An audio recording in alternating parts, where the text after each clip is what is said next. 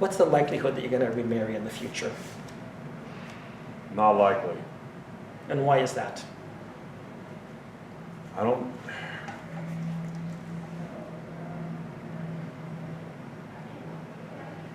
There's a lot of reasons.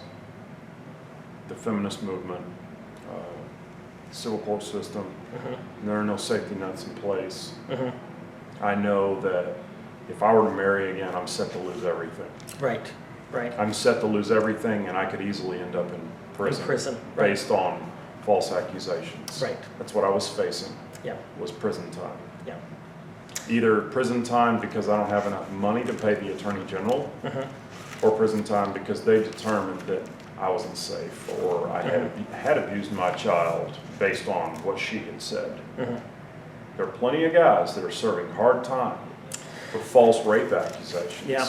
So I'll give you my own story. And this again happened in the state of Texas. I was watching my grandchildren.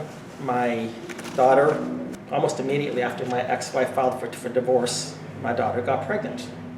No cause and effect there, right? No. My ex-wife made things very difficult for my daughter. I gave up everything, the house, and I kept my retirement account.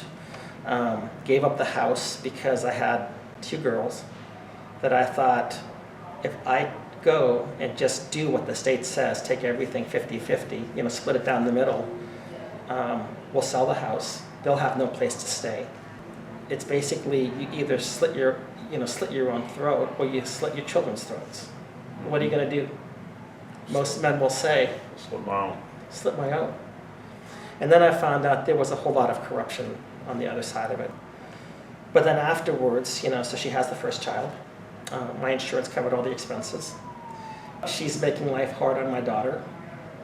So my daughter decides that even though she's been staying with her for a time, my ex-wife is making things so hard that now she starts living with friends. She goes from house to house, friend to friend, because it was less stressful that way. Eventually she got back up with the boyfriend. We're going to try to fix things that way, and got pregnant a second time. So now there's 2 out of wedlock children. And again, my insurance covered that, and at that point in time, my ex-wife, who's very happily married to her new husband, has thrown her out of the house. And so she moves. I put down a security deposit for her, did everything I could to help out. My grandchildren and I babysat all the time. They want to have nothing to do with babysitting, but I would babysat all the time. We had such a good relationship. And to get to this false accusation part, well, let me go back here. My daughter, she started to get on the right path. I thought she was, we'd spent a lot of time with her. She was talking about going back to school. Smart girl, very smart, very talented. Then she decides she wants to become a dentist. And I'm thinking to myself, okay, wait a minute, that's a lot.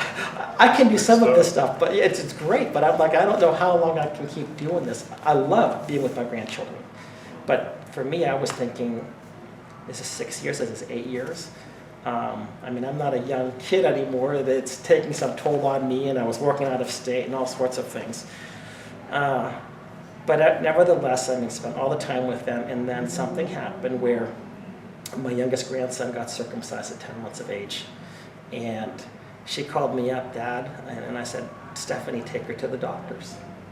And at which point I found out that there was no doctor who would circumcise this son. It was a Jewish rabbi who travels the country circumcising babies. And I was just astounded. I couldn't believe it. Well, anyway, he had the infection, goes into the hospital. CPS gets called by Children's Medical Center down in Dallas. And in the long and the short of this, I got blamed for calling the hospital. I've not seen my grandchildren since then. She files a police report against me, false police report. I have to go down and see Officer Quezada down in Dallas. He says, if you don't come down here, I'm going to throw you in jail. So I have to go down there, and he tries to press a felony charge on me. He realizes, he even sees the report, and he says he doesn't believe it, but he's trying to press a felony charge on me. He immediately drops it to misdemeanor. He knows that there's nothing there, but by going forth with this case, he can collect a fine for the city. So I'm starting to get these letters from these. All about money. I started to get these letters from the attorneys, and what am I I'm getting all these letters about representing me in some type of a court. I have no idea what's going on. And then I get this thing that, from the city of Dallas, or from some, I don't know, I think it was the district attorney, that basically I could settle this case for $500. I didn't do anything. And so I fought it. It cost me $4,000. But in addition to this was a criminal charge. And it would have ruined my career. And, but she also filed a protective order against me. CPS, and you can see my videos all over the place on CPS, this corrupt agency. They know that they destroyed the relationship that I had with my grandchildren. The governor knows, I'm sure. I've been down to Austin on a number of occasions. The Attorney General knows. Hank Whitman, who used to be in charge of it, I spoke to him directly. They all know, and they all don't care. They were afraid that I would sue them, so they wouldn't tell my daughter the truth. She sued me. It cost me $20,000 between all of these things to defend myself, but what you said is so accurate. My attorney, because I had to hire an attorney, my work said you have to fight this thing, because if these things stick, you're going to lose your job, your career. And but my attorney afterwards, we won. I was completely innocent of everything, but my attorney said you would be shocked at how many innocent men sit in jail. She was so happy, so thrilled that the weekend of work that she did, she gave it to me for free, and even still it cost me $15,000. But it was something that I'm remarried. I've got a special needs stepson. At that time, that my insurance was primary.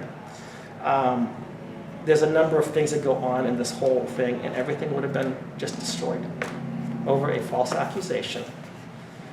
And my ex-wife got up there, lied like crazy to the judge.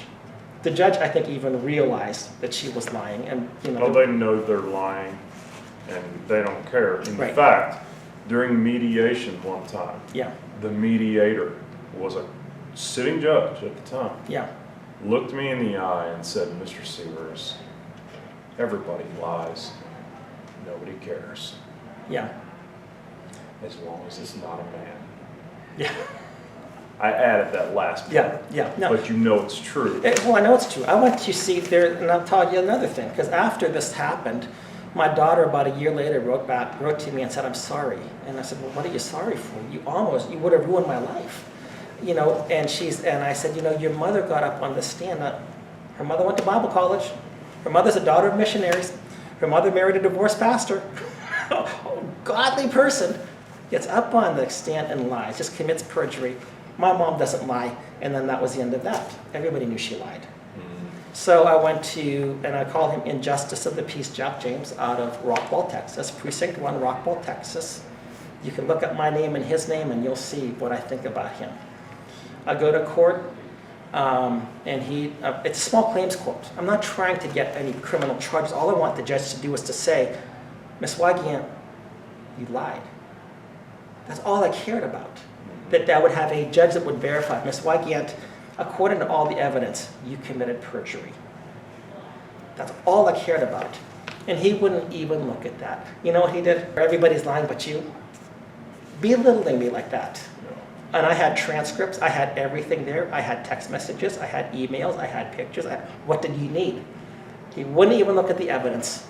And then he lied in his letter when he dismissed the case with prejudice. He said that having looked at the evidence, he's just a liar. So I filed a claim against him with the State Commission on Judicial Conduct. Well, you know what? Nothing happens there. Of course not. I've done that before too. Yeah. But this is what we have in the state of Texas. If you are a man, and I don't mean this in a sexist way. No, of course not. But in general, if you appear before these judges, and if you're a male and you have an accusation against you, you now have to defend your innocence because you're assumed to be guilty. Yep. You're guilty until proven innocent. Yeah, it's just the opposite of what we're supposed to have. You may be guilty whether you're innocent or not. Yeah. Well, the guilt is assumed. Yeah, guilt is absolutely assumed. Yeah, and punishment.